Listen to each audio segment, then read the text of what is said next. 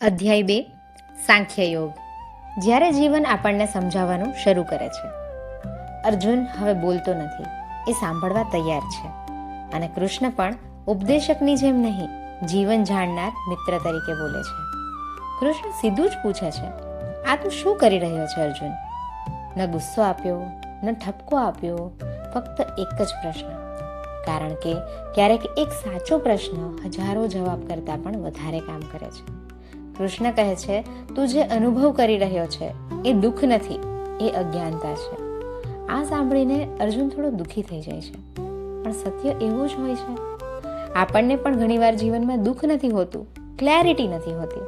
અને ક્લેરિટીના અભાવે આપણે ખોટા ડિસિઝન્સ લઈ લઈએ છીએ.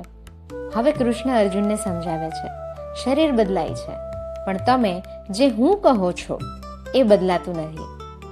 આનો અર્થ, તમે જોબ કે કોઈ કામ ગુમાવો છો તો તમે ખોટા નથી બની જતા. કોઈ તમને છોડી જાય છે તો તમારી કિંમત ઓછી નથી થઈ જતી. પરિસ્થિતિ તૂટે છે, તમે નહીં. અર્જુનને મૃત્યુનો ડર છે, નાશનો ડર છે. કૃષ્ણ કહે છે, જે ક્યારેય મરતું જ નથી એના માટે ડર કેમ રાખવો? ડર આવે છે જ્યારે આપણે શરીરને જ બધું માની લઈએ છીએ. જ્યારે એ સમજ પડે કે આપણે શરીરથી વધારે છીએ, ત્યારે ડર ઢીલો પડી જાય છે. કર્મ કરો પણ ડરો નહીં. હવે કૃષ્ણ ગીતાનું હૃદય ખોલે છે, ગીતાનો સાર ખોલે છે. તમારો અધિકાર કર્મ પર છે, ફળ પર નહીં. કૃષ્ણ કહે છે, તું બેસ્ટ ડિસિઝન લે, ઓનેસ્ટ રહીને લે, ડર વગર લે.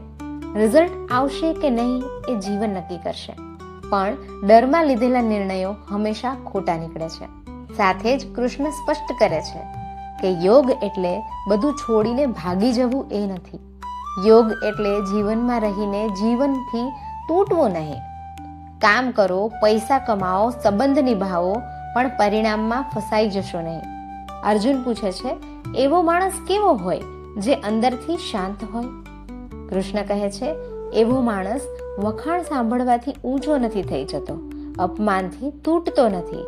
એ બહારના શોરમાં નહીં, અંદરના સંતુલનમાં જીવે છે. આ અધ્યાય તમને શું પૂછે છે?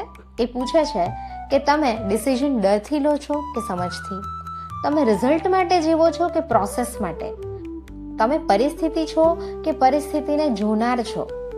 અધ્યાય 2 જવાબ નથી આપતો, એ તમને અંદરની તરફ વાળે છે. ભગવદ્ ગીતા કહે છે, જ્યારે અંદર શાંતિ આવે ત્યારે બહારનું જીવન પોતે જ વ્યવસ્થિત થઈ જાય છે. પણ હવે અહીં એક સવાલ ઊભો થાય છે, જો બધું આત્મા છે, જો પરિણામ મહત્વનું નથી, જો શાંતિ અંદરથી જ આવે છે, તો પછી કામ શા માટે કરવું? યુદ્ધ શા માટે લડવું? જવાબદારી શા માટે લેવી? આ સવાલ અર્જુનના મનમાં પણ છે.